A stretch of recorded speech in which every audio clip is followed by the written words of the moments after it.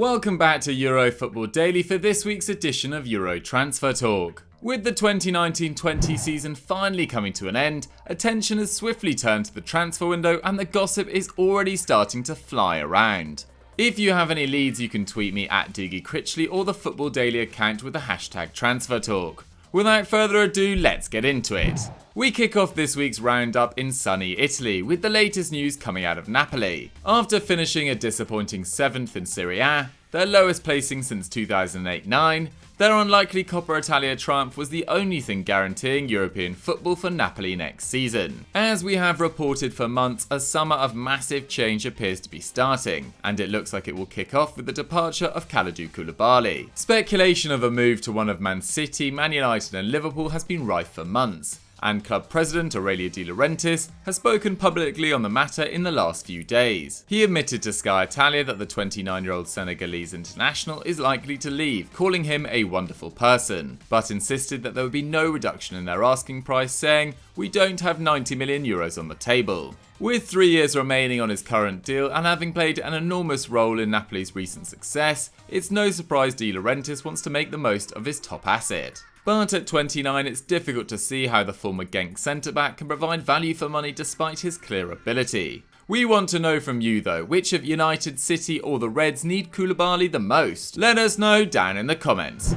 For all Chelsea's progress this season with an unlikely run to the FA Cup final and a Champions League finish, there is clearly a lot of work for Frank Lampard to do, not least defensively. Their 54 league goals conceded was the most in any season since 1996-97, whilst 10 sides kept more than their 10 clean sheets. But having secured the attacking signings of Werner and Ziyech, Lampard appears to be turning his attention to solving their defensive weaknesses. That's because Kicker are reporting that the Blues are weighing up a move for Borussia Mönchengladbach defender Matthias Ginter. The 26-year-old centre-back has made 102 appearances for Gladbach since his €17 million move from Dortmund in July 2017, and this season helped Die Fohlen finish in the Champions League places for the first time since 15-16. Standing at 6'3", the 29-cap German international is solid in the air, winning 63% of his aerial duels, and is an accomplished passer, completing 71 passes per game at an 85% completion rate. Particularly impressive given he attempts nearly 9 long balls per game. Currently valued at just under €28 million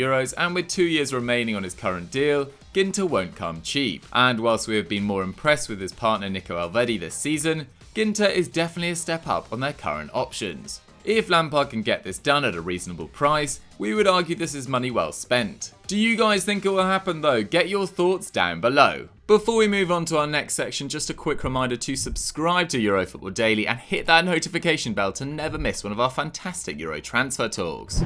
We stay in Germany now, where we bring you the latest news surrounding this summer's biggest transfer saga, Sancho to United. Transfer god Fabrizio Romano has reported that talks between United and BVB for the mercurial Englishman are now at an advanced stage. He claims that personal terms have been agreed with a potential contract at Old Trafford up until 2025. But the two clubs need to agree a fee, with United keen to pay using instalments and add-ons. Romano also states that if the move is to be completed, Dortmund want it done as soon as possible, as they want to find a replacement before pre-season training begins.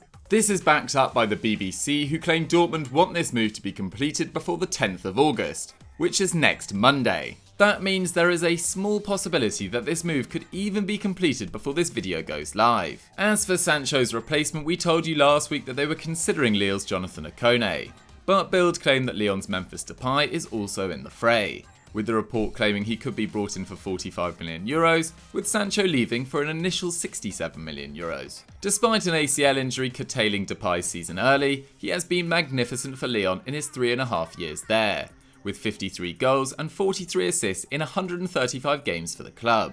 If Dortmund can take advantage of Lyon's 7th place finish by landing Depay, who was firing off 4.2 shots and creating 2.2 chances per 90 prior to his injury, we feel Dortmund would have secured a brilliant replacement for Sancho.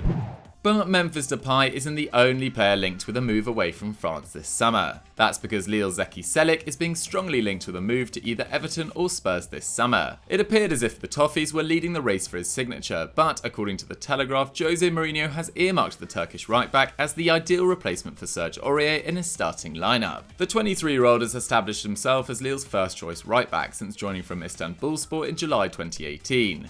appearing in 86% of Les Dogs league games since. In that time, he has proven himself to be a competent defender with 3.4 tackles and interceptions per 90. But it is in an attacking sense that he truly excels. Only the aforementioned Akone has completed more passes into the penalty area than Celik in the Lille squad this season, while his 8.7 progressive passes per 90 dwarfs Aurelio's 5.4. Throw in the fact that only Benjamin Andre has completed more than his 88 tackles and interceptions this season, and it's obvious why Mourinho wants to bring him in as an alternative to Aurier. Currently valued at just 16 million euros, in a summer where Spurs have a very limited budget, this move seems sensible.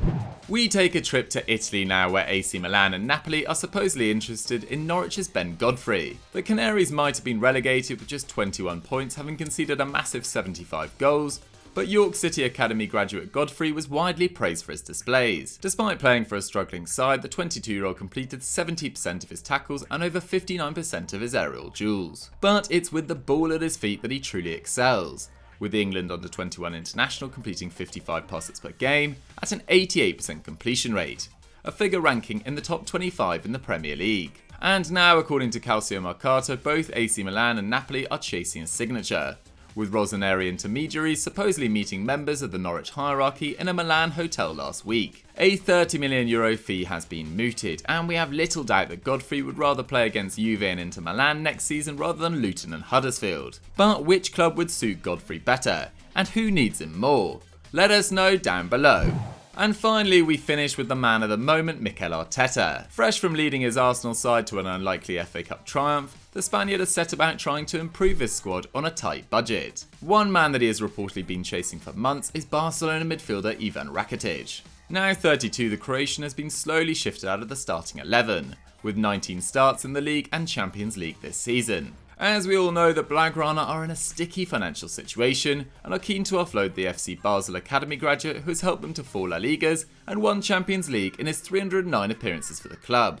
And according to French outlet Le Temps Sport, that wish might soon become a reality, with Arteta reportedly having called Rakitic personally to assess his interest in a potential move to North London. But Arteta isn't alone in his interest, with Mundo Deportivo claiming that Sevilla are willing to pay €10 million to bring him back to Andalusia.